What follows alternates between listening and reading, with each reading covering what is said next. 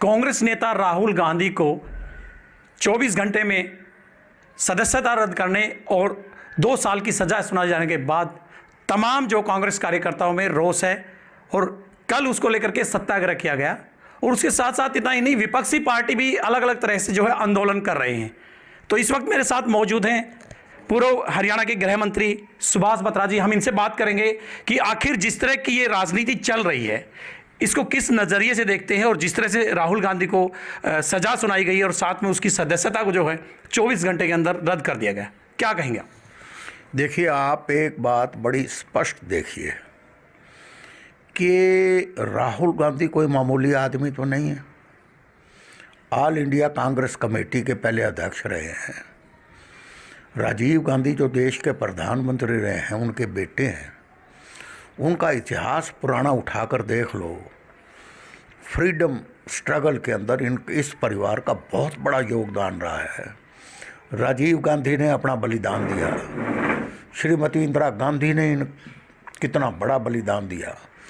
मैं जो बात कहना चाहता हूँ कि जो जजमेंट आई है, मैं पेशे से वकील भी हूँ, मेरे पास होम का महकमा था, मेरे पास लॉ एंड जस्टिस का भी महकमा था। मैं ये कहता हूँ कि मुझे ये बताया जाए कि राहुल गांधी के ख़िलाफ़ मानहानि बनती नहीं है।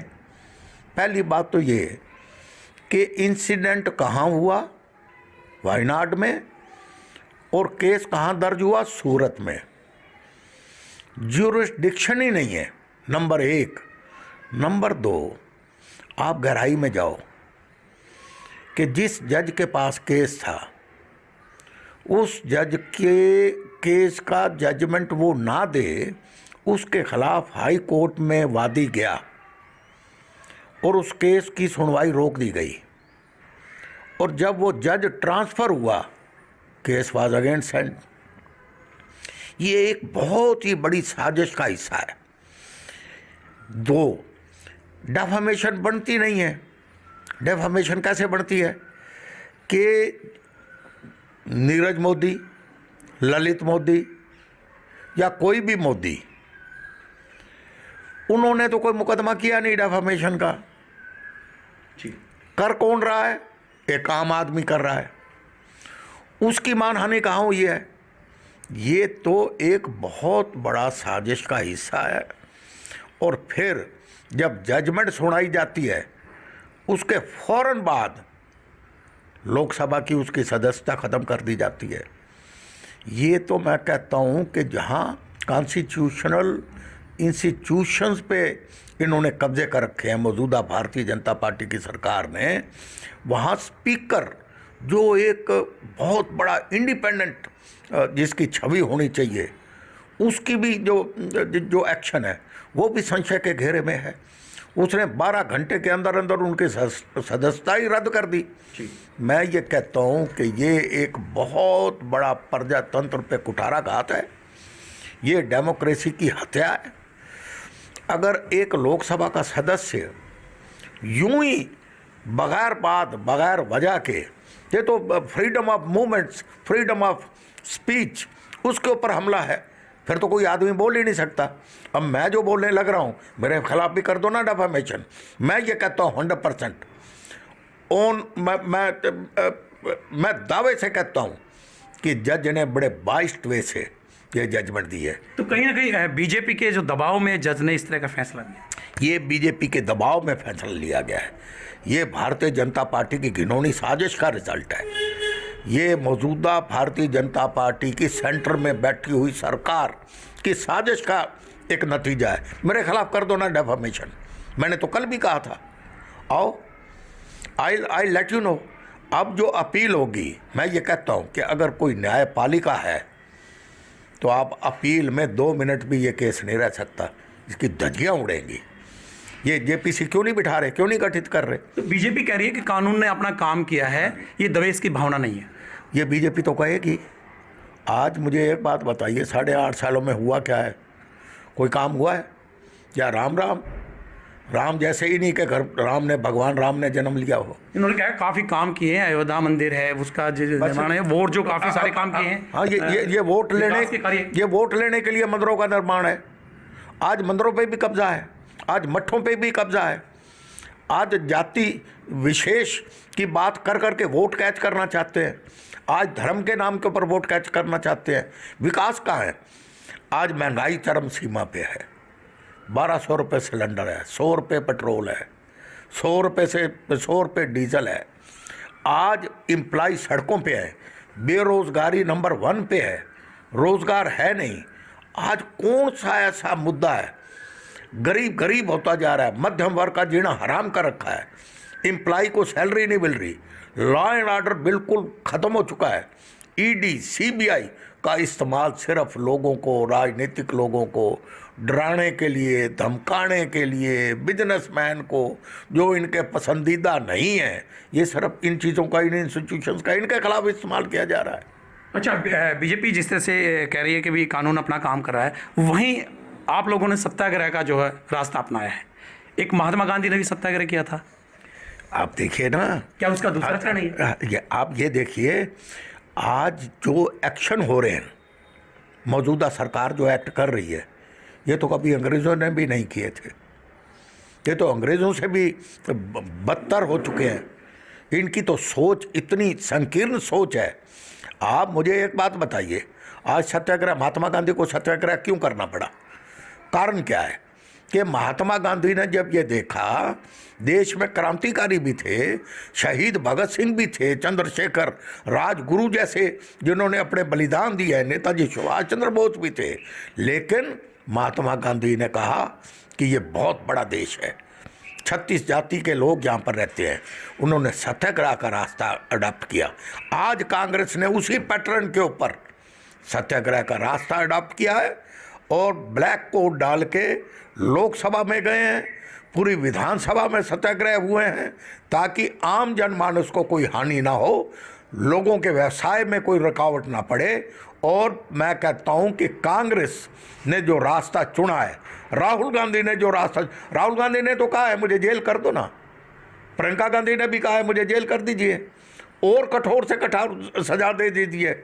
आप सदस्यता खत्म करने से किसी के विचारों को तो खत्म नहीं कर सकते। तो मैं ये कहता हूँ, ये रास्ता अमन का रास्ता है, बड़ा अच्छा रास्ता है। आने वाले दिनों के अंदर भारतीय जनता पार्टी की मौजूदा दिल्ली की सरकार, प्रदेशों में सरकारें, इनका अंत होगा। ये अंत होना निश्चित है, मैं यही बात। अच्छा बत्रा जी, पहले जिस तरह से दबाव जिस तरह से बनाया गया था कि भी राहुल गांधी माफ़ी मांगे, सदन में माफ़ी मांगे, और फिर राहुल गांधी ने भी कहा कि मैं सावरकर नहीं हूँ। देखिए, राहुल गांधी माफ़ी क्यों मांगे, किस वजह से माफ़ी मांगे, कारण क्या है? कोई गलती हो तो माफ़ी मांगता है ना। मुझे कोई कहे कि मैं माफ़ी मांगू, क्यों मांगू मैं? आप कल और बात लेके और इशू लेके कहोगे माफ़ी मांगो। मैं ये कहता हूँ कि राहुल गांधी ने ये कहा है कि मैं गांधी परिवार का आदमी हूँ, भूल जाओ, मैं तो देश के लिए लड़ूंगा, मेरी सदस्यता चाहे और आगे भी 10 साल के लिए ख़त्म कर दो, तब भी उसे फ़र्क पड़ने वाला नहीं है। अच्छा, विपक्षी पार्टी हैं, वो भी लगातार कोर्ट डाल करके आज जो है सदन में गए हैं, तो वो भी लगातार जो है प्रोटेस्ट कर रहे हैं, अलग अलग तरह से। कांग्रेस सत्याग्रह कर रही है, तो तमाम की तमाम जो पार्टी विपक्ष। कारण समझा आपने? कारण क्या है? कारण ये है कि किसी भी पार्टी को इन्होंने नहीं छोड़ रखा। क्या ममता बनर्जी के साथ हुआ, सारा जग जानता है। लालू प्रसाद के साथ क्या हुआ, सारा जग जानता है। नीतीश कुमार जो मौजूदा मुख्यमंत्री है, उसके मुतल्लक माननीय प्रधानमंत्री की टिप्पणी क्या थी कि इसका तो डीएनए टेस्ट होना चाहिए। इससे बड़ी कोई गाली हो सकती है? रेणुका चौधरी जो हैदराबाद से हैं, उनको क्या कहा माननीय प्रधानमंत्री ने? ये स्वरूपनखा है। तो बिल्कुल वो कह रही है कि कहीं ना कहीं जो है मैं केस करूंगी। मैं जो कहना चाहता हूं कि कभी प्रधानमंत्री किस तरह से एक तरफ तो लोकसभा के अंदर गुलाम नबी आज़ाद के लिए क्रोकोडाइल टीयर्स बहाते हैं, सिर्फ उसको ख़राब करने के लिए। आज वही गुलाम नबी आज़ाद क्या कह रहे हैं? ये डिसीजन अनैतिक, अनकॉन्स्टिट्यूशनल है। मेरे कहने का भाव ये है कि देश का कोई भी सेनर एलिमेंट इस एक्शन को दुरुस्त और करेक्ट नहीं बता सकता। मैं भी इस एक्शन की कड़े से कड़े शब्दों में निंदा करता हूं, इसकी कंडेमनेशन करता हूं और मैं कहता हूं कि जो राह अब तमाम देश के लीडरों ने जो राह चुनी है वो आम जनमानस की राह चुनी है। आने वाले टाइम के अंदर मौजूदा सरकार की उल्टी गिनती शुरू होगी और एक नया अध्याय बनेगा। आप देखते जाना आगे क्या होता है। बिल्कुल, रेणुका चौधरी ने भी कहा कि मैं केस करूंगी, जिस तरह से उन्होंने बात कही है, शूर्पणखा की जो बात कही है उसको लेकर जो सिसोदिया हैं आम आदमी पार्टी के, उनके मामले भी दर्ज किए। तो उन चीज़ों को लेकर क्या राजनीतिक भविष्य क्या देखते हैं आप? राजनीतिक भविष्य साफ है। आज हर आदमी जिससे बात करो, सड़क के ऊपर किसी से बात करो, रात चलते हुए दुकानदार से बात करो, वो यही कहेगा ये क्या है, ये हो क्या रहा है। आज पूरा देश खड़ा हो चुका है। जो पहले राहुल गांधी के साथ जो अपोजिशन पार्टीज नहीं थी, आज राहुल गांधी के साथ तमाम लोग खड़े हैं, तमाम लीडर खड़े हैं, ममता भी खड़ी है, सभी लोग खड़े हैं। इसके पीछे कारण क्या है कि सभी जानते हैं आज राहुल गांधी है, कल हमारी बारी है, कल उनकी बारी है, फिर उनकी बारी है। इसलिए आज बेहतर रास्ता यही है कि सभी एकजुट हो जाओ और एकजुट होके इस देश विरोधी जो ताकतें, जो मौजूदा सरकार है, उसका विरोध करो, तभी ये अंत हो सकता, वरना इसका अंत नहीं हो सकता। बिल्कुल, आखिरी सवाल मैं बात करना चाहूँगा आपसे कि जिस तरह से 2024 का चुनाव आ रहा है, क्या कहेंगे उसको लेके, क्योंकि पॉलिटिकल जो राजनीतिक जो फेरबदल जो चल रहा है, तो क्या आने वाला समय तो ये कहेंगे कि कांग्रेस का होगा या बीजेपी का होगा कि जिस तरह से राजनीति अभी चल रही है और तमाम विपक्षी दलों पर केस भी चल रहे हैं और जो है मोदी के खिलाफ भी केस करने की तैयारी जो है रेणुका चौधरी कर रही है, तो कहीं ना कहीं ये जो मोड़ है वो किस ओर जाता दिखाई दे रहा है? देखिए, आने वाला टाइम जो मैं समझ पा रहा हूँ ये इस मौजूदा सरकार के खिलाफ है। ये अब इनके पास एक ही रास्ता है। आप देखो ना, अडानी को बचाने के लिए इन्होंने सारे इशू को डाइवर्सिफाई करने की कोशिश की है। वो जो 20,000 करोड़ रुपया जिसकी जो है ही नहीं, अनअकाउंटेड अमाउंट, ये कहाँ से आया? राहुल गांधी ने तो यही पूछा है। एक छोटा सा मामला वाफर्स का 65 करोड़ का था और पूरे देश के पूरी सत्ता को जाना पड़ा था, कांग्रेस के राज को जाना पड़ा था। आज मैं ये कहता हूँ 20,000 करोड़, आपने तो वो क्लिप भी देखी होंगी किस तरह से जहाज में नरेंद्र मोदी साहब अडानी साहब के साथ ऐसे रिलैक्स कर रहे हैं। ये एक प्रधानमंत्री का एक्शन है, ये एक प्रधानमंत्री का रूप है। मैं तो ये कहता हूँ कि ये आप अब क्या कर रहे हैं, ये अब धर्म के नाम के ऊपर मठों पे कब्जे हैं। आरएसएस ने कोई भी संस्था जहाँ से धार्मिक चीज़ पैदा होती है उन पे भी कब्जे करने शुरू कर दिए हैं, ताकि लोगों को इमोशनली अपने हक में किया जा सके और धर्म के नाम के ऊपर आगे वोट लिए जा सके। मैं ये कहता हूँ कि आम जनमानस इस बात को समझ चुका है और आम आदमी की समझ में आ चुकी है। और आने वाला टाइम ये लिख लेना, मेरी 76 साल की उम्र हो गई, मैं आपको बता रहा हूँ मेरे पूरे इस एक्सपीरियंस के अंदर ऐसा एक्शन मैंने कभी नहीं देखा। अब इनके अंत की शुरुआत है। बिल्कुल, आपने कहा अंत की शुरुआत है। और राहुल गांधी जिस तरह से सदन में कह रहे हैं कि हम तो सवाल पूछेंगे और हमने सवाल पूछे थे जी, तो ऐसे ही पूछते रहेंगे, चाहे हमारा गला दबा दिया जाए, चाहे जेल में डाल दिया जाए। और क्या कहें, वो तो ठीक कह रहे हैं। वो तो बेचारा, इसका मतलब क्या है? इसका मतलब ये है कि मैं मर भी जाऊं। वो उसने देखी है, अपने पिता की हत्या देखी है, उसने अपनी दादी की चिता जलती हुई देखी है। इस बेचारे ने क्या नहीं देखा? 3,500 से ज़्यादा किलोमीटर चला है वो। लाखों लोगों ने उसका खैर मकदम किया है, उसका स्वागत किया है। वो एक ओजस्वी, एक तपस्वी किस्म का आदमी है। वो ठीक कह रहा है। वो कह रहा है कि मैंने तो मन में ठान लिया है, मैंने तो कफन बांध लिया है, मैंने तो सर पे शहीद भगत सिंह वाली पगड़ी पहन ली है, मैं तो मुकाबला करूंगा। जब ये सोच आदमी की हो जाए तो आदमी मामूली नहीं है, वो उस डेस्टिनेशन पे पहुंचेगा और कभी ना कभी रिजल्ट बहुत जल्द एक अच्छा रिजल्ट है। अच्छा, एक सवाल और ध्यान में आया कि जिस तरह से 2024 का चुनाव आने वाला है, क्योंकि संगठन अभी मजबूत, हरियाणा की बात करें तो संगठन भी नहीं है कांग्रेस का, क्या कहेंगे उसको लेकर कि अगर आप कहते हुए सत्ता हमारी आएगी, कांग्रेस की आएगी, संगठन तो है नहीं। संगठन बताऊं मैं, आज बीजेपी के पास आप चले जाओ, लोकल लेवल के ऊपर ही चले जाओ, मुनीश ग्रोवर के पास अपना बूथ स्तर पे मैं जो बात कह रहा हूँ सुन तो लो, मैं भी मंत्री रहा हूँ, इसी इलाके से हूँ। आज मुनीश ग्रोवर के ऊपर के पास अपना काडर है, कोई काडर किसका है? हमारे लोगों का है। कौन है लोग उसके पास? संगठन की बात की है। और मैं संगठन तो वो जो आज उनके साथ संगठन में खड़े हैं वो हमारे ही तो आदमी हैं जी। कोई विचारधारा से थोड़ी गए हैं वहाँ। आज हमारे से it is a power game. कुछ प्रॉपर्टीज मूवेबल होती हैं, कुछ इमूवेबल होती हैं। ये प्रॉपर्टी इमूवेबल है, ये घूमते हैं।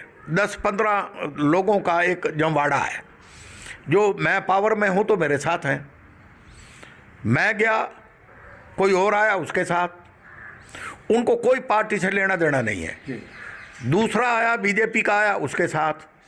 आज जो पन्ना प्रमुख, रेडी प्रमुख, ये फड़ी प्रमुख जितने 90% तो कांग्रेस से गए हुए हैं, इनकी विचारधारा का आदमी नहीं है। जब तख्ता पलट होगा, जब लोगों के मन में एक डिटर्मिनेशन हो जाएगी, लोगों का विचार ये हो जाएगा कि मौजूदा गवर्नमेंट ये जन विरोधी है, ये तानाशाही से लोगों को दबाना चाहती है, लीडरों को प्रताड़ित करना चाहती है, तो आप देखना ये बिल्कुल तख्ता पलट ऐसे होगा। इनका ना तो कोई संगठन नज़र आएगा, ना कोई बात नज़र आएगी, और लोगों का एक ही नारा होगा, मोदी हटाओ देश बचाओ। आज एक इस नारे के ऊपर 132 FIR दिल्ली के अंदर दर्ज हुई हैं। बिल्कुल। कहाँ इंदिरा गांधी के खिलाफ कितना कहा करते थे, इंदिरा गांधी चोर है, इंदिरा गांधी देश को खराब कर रही है। कभी कोई पर्चा कभी दर्ज हुआ? 132 से ज़्यादा FIR दर्ज हुई है दिल्ली के अंदर। It's a matter of shame. इनका तो जिक्र ही ना करो, ये तो सिवाय धर्म धर्म धर्म धर्म। बिल्कुल, आप बार बार धर्म की बात कर रहे हैं, बीजेपी के लिए ऊपर सीधा कटाक्ष कर रहे हैं। मैंने आपको संगठन की बात की और साथ में आपने ये भी कहा था कि हरियाणा में टिकट मैं बांटूंगा कांग्रेस की। देखिए, मैंने अगर ये कहा था कि मैं बांटूंगा तो वो पता नहीं किस भाव में बात कही गई होगी। सुनो, टिकट तो पार्टी हाईकमांड बांटती है जी। मेरे को किसी ने छेड़ा होगा, मैंने उस छेड़ेपन में कह दिया होगा। किसी के हाथ में टिकटें नहीं हैं। ये लोगों को अपने साथ जोड़ने के लिए जचाऊ कैंडिडेट चाहिए, फलाना चाहिए। पहले ये तो देख लो कैंडिडेट चुनेगा कौन। हर आदमी की अपने अपने ढंग से, अपने अपने तरीके से परिभाषा होती है। लेकिन जो सिस्टम आज चल रहा है, जिस भी पार्टी में चल रहा है, ये सिस्टम आगे नहीं रहेगा। अच्छा बत्रा जी, आप चुनाव लड़ेंगे? मैंने तो पहले कहा है, मैंने तो पंजाबी समाज की बात उठा रखी है। मैंने तो पहले कहा है कि मेरी कोई इच्छा नहीं है चुनाव लड़ने की। आपने संगठन बनाया पंजाबी? मैंने पंजाबी संगठन का पहले हमने रोहतक में प्रोग्राम किया था। हर पार्लियामेंट्री हलके में हम जा रहे हैं। फिर हमने करनाल में किया, अब 2 तारीख को हिसार में है, बड़ा ज़बरदस्त। उसके बाद भिवानी में है, भिवानी के बाद गुड़गांव में है। इस तरह से पूरे हरियाणा में।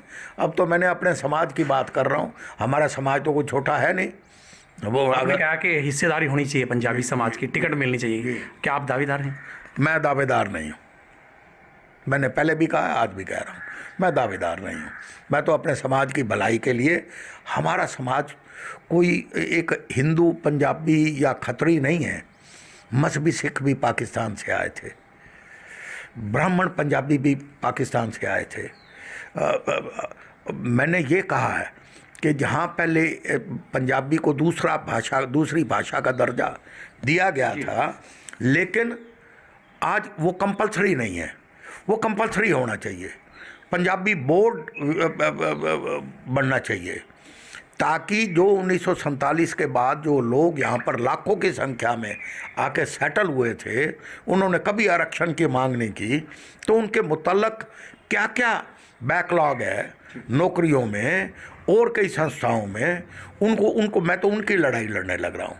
तो मेरा तो ध्येय बदल चुका है। मेरी इच्छा अब ये नहीं है कि मैं MLA बनूं, मैं MP बनूं। समाज सेवा ये मुबारक है उन लोगों को जो बिल्कुल अंधे होकर चल रहे हैं, ये उन्हीं को मुबारक हो, हमें नहीं है। अच्छा, भूपेंद्र सिंह हुड्डा के बारे में आप क्या कहेंगे? कह रहे हैं कि पोतर मुँह में जो है भूपेंद्र हुड्डा जी चल रहे हैं।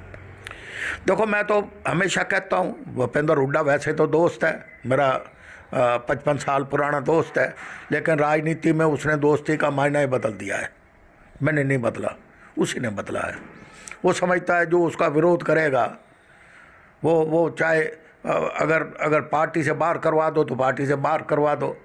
अब भी अगर वो एक पुत्र मोह में, तो मैं नहीं कहता, मैं तो ये कहता हूँ कि आज साथी ने क्या है आज मूर्ति हुड्डा जी कह रहे हैं कि पुत्र मोह में है राष्ट्र दर्द। देखो, मैं ये कहता हूँ कि अगर भूपेंद्र हुड्डा जिसकी मर्जी से, जिसके कहने से पीसीसी प्रेसिडेंट बना है उदयभान, और वो खुद सीएलपी का लीडर है, ये जिम्मेवारी किसकी है? उससे की है।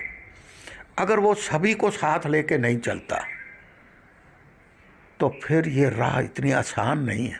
तो बात वही आती कि कांग्रेस का संगठन, जो बात मैंने कही थी, कहीं ना कहीं न बनने का कारण कहीं ना कहीं मैं जो कहता हूँ संगठन, आप बार बार संगठन की बात कर रहे हो। मैं 17 साल जिला कांग्रेस कमेटी का प्रधान रहा हूँ, मैं प्रदेश कांग्रेस कमेटी का पहला महामंत्री रहा हूँ, जनरल सेक्रेटरी रहा हूँ। मैं ये कहता हूँ जो एस्टैब्लिश्ड लीडर हैं, जैसे शैलजा बहन जी है, 15 साल वो यूनियन गवर्नमेंट में मंत्री रही हैं। इसी तरह से किरण चौधरी है जो डिप्टी लीडर कितने साल पहले दिल्ली विधानसभा में रही हैं, सीएलपी की लीडर रही हैं। उनका भिवानी पार्लियामेंट्री हल्के के अंदर अपना असर है, पूरे प्रदेश के अंदर असर है।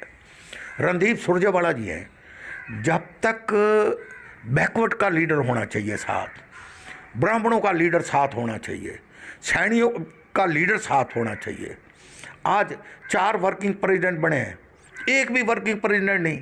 हमारे पंजाबी समाज की जो आबादी है वो जाटों के बाद दूसरे नंबर पे है, एक भी नहीं। कहीं ना कहीं पीड़ा आपको बहुत ज़्यादा पीड़ा है, थोड़ी नहीं है। मुझे अपने लिए नहीं है, मुझे समाज के लिए है। क्या गुनाह किया है? जहाँ चौधरी भजन लाल जी के टाइम के ऊपर 11 मिनिस्टर पंजाबी समाज से थे। हमारा बड़ा योगदान है इस प्रदेश की तरक्की के लिए। हमने बड़ी बड़ी इंडस्ट्रियाँ एस्टेब्लिश की है, हमारे आर्मी चीफ रहे हैं, हमारे टॉप के जर्नलिस्ट रहे हैं। मेरा कहने का मतलब ये है कि जितने 4 लीडरों ने अपने वर्किंग प्रेसिडेंट बनवाए हैं, उनके सारे पार्लियामेंट्री हल्के के अंदर बगैर पंजाबी के वो बन ही नहीं सकते, हमारे समाज के बन ही नहीं सकते। मैं कहता हूं कि कल को इनको जवाब देना पड़ेगा जब अपने अपने क्षेत्र के अंदर ये जाएंगे कि आपने पंजाबी समाज के लोगों को क्यों वंचित रखा। आज एक एमएलए है, हमारे 14 15 एमएलए थे। ये लड़ाई है मेरी। आज 35 सालों से एक ही कौम का राज रहा है, मैं उनके खिलाफ नहीं हूँ। चौधरी देवीलाल ने 1986 के अंदर जब संघर्ष का आह्वान किया, संघर्ष का बिगुल बजाया, उन्होंने स्वर्गीय डॉक्टर मंगल सेन जी को साथ लिया। 90 में से 85 सीटें ली उन्होंने। जिसने भी पंजाबियों का साथ लिया, चौधरी भजन लाल 11 साल चीफ मिनिस्टर रहे, किस वजह से? कि पंजाबियों का मखौटा उन्होंने पहन रखा था। तो अब कांग्रेस को आज हर आदमी बीजेपी से तंग है, त्रस्त है, दुखी है। लॉ एंड ऑर्डर नहीं है, भ्रष्टाचार चरम सीमा पे है। आज कांग्रेस अगर दरिया दिली से काम करे, कांग्रेस अगर सभी को साथ लेकर चले तो कांग्रेस का आना तय है। मैं तो ये कहना चाहता हूँ। बिल्कुल है। ये थे सुभाष बत्रा जी, पूर्व गृह मंत्री हरियाणा। हमने इनसे कई मुद्दों पर बात की, जो सेंट्रल के मुद्दे थे उन पर भी बात की, हरियाणा के जो मुद्दे थे उन पर भी बात की। तो आने वाली जो राजनीति है, 2024 का इलेक्शन कैसे होगा, इन सब को लेकर के हमने बात की। तो इनका सबका यही कहना है कि जिस तरह से चुनाव आगे आएगा, कहीं ना कहीं कांग्रेस पार्टी जो है सत्ता में आएगी। और लगातार विपक्षी जिस तरह से लगातार बीजेपी पे हमला बोल रहे हैं, कहीं ना कहीं बीजेपी जो है लगातार जो है विपक्ष पर हमला बोल रही है। तो ये राजनीति किस तरफ जा रही है, ये 2024 का चुनाव जो होगा उस पर डिपेंड करेगा। जितेंद्र पांचाल, खबर फास्ट न्यूज़, रोहतक।